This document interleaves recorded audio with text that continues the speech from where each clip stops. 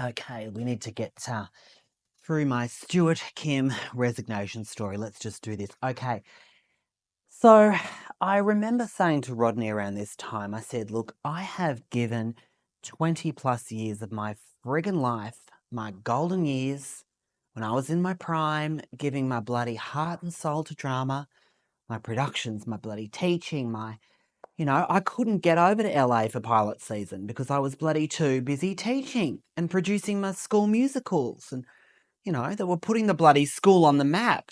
And was I ever financially compensated or even given a bloody thank you by the principal? No.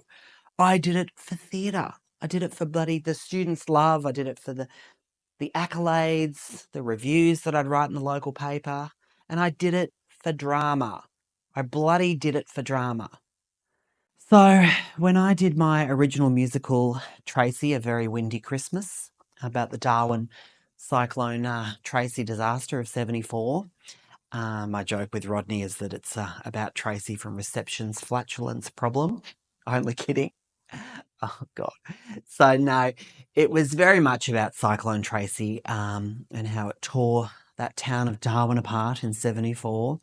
Look, it was a fantastic show. It was lots of incredible special effects and projections, and we had these huge fans on stage and debris flying everywhere, and some of the audience got hit by things, but that was all part of the experience, and it's a very tactile show. Stuart Kim comes along on closing night. No, well done, Greg. He says to me, have you thought about writing about a topic that's more relevant and now, more relatable? I said, Cyclone Tracy is pretty bloody relatable to my Auntie June, who had to cancel her trip to Kakadu in 75 because Darwin Airport was shut for months. And I stormed off. Can you believe it? Where's the bloody well done? So it comes around next time I'm doing one of my WOW shows, every second year, of course. And I've got this thought in my head that bloody Stuart Kim's going to want it to be relevant. So I wrote a beautiful show with a climate change theme called Hot Little Inuit, using the correct terminology. Look, it was about this young Inuit boy in Alaska who lives in an igloo, and he becomes pen pals with this teen girl climate activist. So it was, very relevant. So she comes over to Alaska to visit him, and she meets a talking polar bear, and they waltz, and it's all about her journey to find her pen pal, the Inuit boy, in his igloo. And it was a wonderful show. It was, I had my year sevens up there in their, little fur coats playing baby seals. I just cut up one of Mum's old furs that she used to wear in the 70s, and they were playing the little seals that get clubbed by the poachers, and so we had blood all over the stage, and so it was a very very topical show.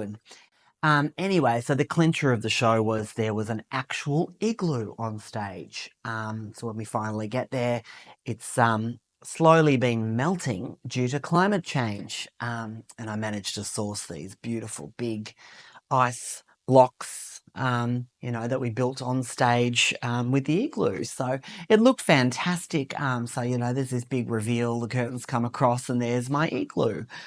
So within the story, the climate change activist teen girl, she gets caught up in this whole love triangle thing with the talking polar bear and an Arctic wolf. And there's this whole Me Too thing around that. So look, she doesn't make it to the igloo in time. And unfortunately, a block of ice has melted from the ceiling of the igloo because of climate change, and it's crushed the Inuit boy to death. So it's a very dramatic and sad show.